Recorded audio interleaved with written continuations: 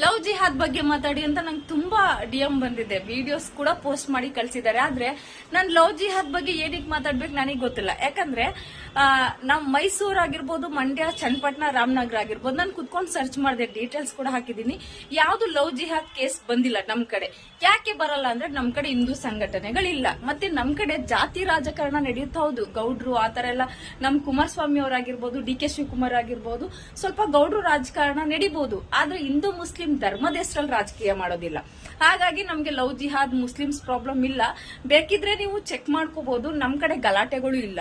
So ಮದ್ದೂರಲ್ಲಿ ಒಂದ್ಸಾರಿ ಗಣೇಶನ್ ಮೇಲೆ ಗಣೇಶ ಹಬ್ಬದಲ್ಲಿ ಕಲ್ಲು ತೂರಾಟ ಅಂತ ನಡೀತು. ಆಮೇಲೆ ಏನಾಯ್ತು ಕೇಸು ನಿಮ್ಗೂ ಗೊತ್ತಿದೆ. ಸೊ ಅದಾದ್ಮೇಲೆ ನಿಮ್ಗೆ ಲವ್ ಜಿಹಾದ್ ಬಗ್ಗೆ ಗೊತ್ತಾಗಬೇಕಂದ್ರೆ ಹುಬ್ಳಿ, ಧಾರವಾಡ, ಉತ್ತರ ಕರ್ನಾಟಕದವ್ರನ್ನ ಕೇಳ್ಬೇಕು.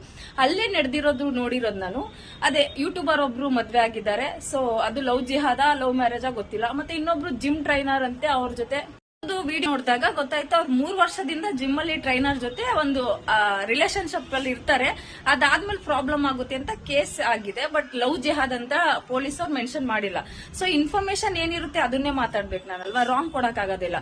ನಾನು ಹೇಳೋದೇನಂದ್ರೆ, ನಿಮ್ಮ ಮನೇಲಿ ಹೆಣ್ಮಕ್ಳಿದ್ರೆ ಅಡ್ವೈಸ್ ಮಾಡಿ, ನಮ್ಮ ಹಿಂದೂ ಹುಡುಗರನ್ನೇ ಮದ್ವೆ ಮಾಡ್ಕೊಳ್ಳಿ. ರೈತ ಆಗಿದ್ರು ಪರವಾಗಿಲ್ಲ, ಗೌರ್ಮೆಂಟ್ ಕೆಲಸ ಇಲ್ಲ ಅಂದ್ರೂ ಪರವಾಗಿಲ್ಲ, ಸ್ವಂತ ಮನೆ ಬೆಂಗಳೂರಲ್ಲಿ ಇಲ್ಲ ಅಂದ್ರೂ ಪರವಾಗಿಲ್ಲ, ನಮ್ಮ ಹಿಂದೂ ಸಂಪ್ರದಾಯ ಪ್ರಕಾರ ಹಿಂದೂ ಹುಡುಗರನ್ನೇ ಮದ್ವೆ ಮಾಡ್ಕೊಳ್ಳಿ ಅಂತ ಹೇಳಿ.